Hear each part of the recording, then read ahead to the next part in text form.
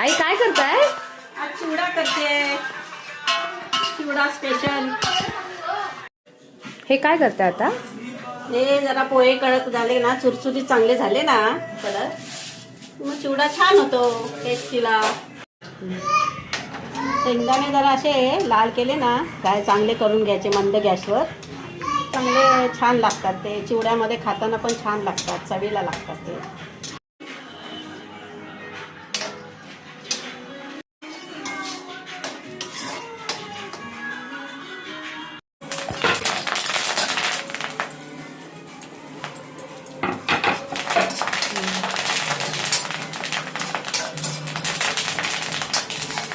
काय टाकला? कढीपत्ता टाकला, चांगला कडक व्हायला पाहिजे. कढीपत्ता कुरकुरीत एकदम व्हायला पाहिजे, म्हणजे छान लागतो. खाल्ल्यावर पण एकदम कडक कडक छान.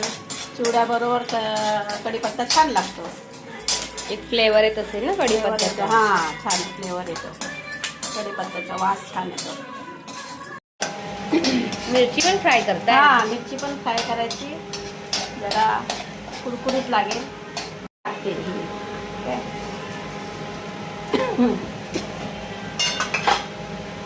मोहरी तडतडली की जिरं टाकायचं.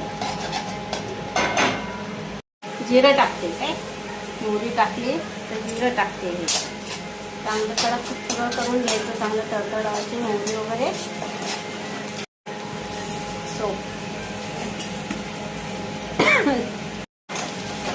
चांगलं कडक करून घ्यायचं फोडणी.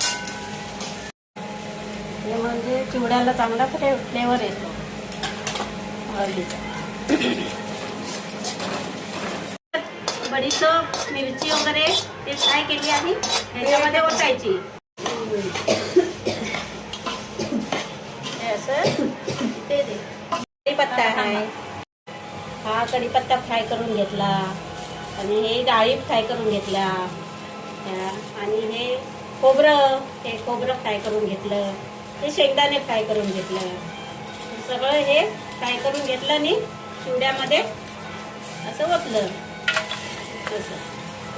ते शेवटी मग हे गरम ह्याच्यामध्ये रामबदूत चिवडा मसाला असतो ना, तो टाकला जरा गरम गरम, म्हणजे कसं ते अजून फ्लेवर लागेल त्याचा व्यवस्थित. हे असं हे साखर पण वरतून टाकायची, थोडं मीठ टाकायचं. हां, मीठ पण टाकायचं. एक चमचा मी मीठ टाकले, एक चमचा. थोडं लागलं तर आपल्याला अजून थोडं पण टाकायचं. किती किलो पोहे होते? पोहे 1.5 किलो होते. त्यातले 1 किलो होते, 1 किलो पण.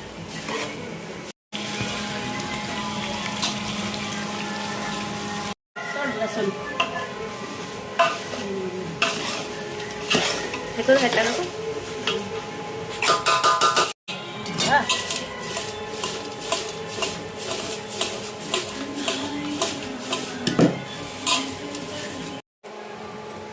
बघ रे दादा, कसा झालाय तो चिवडा, बघ कसा आलाय, आणि सांग मला मीठ वगैरे व्यवस्थित लागले का बघ जरा. एक नंबर झालंय, एक नंबर झालंय ना चांगलं.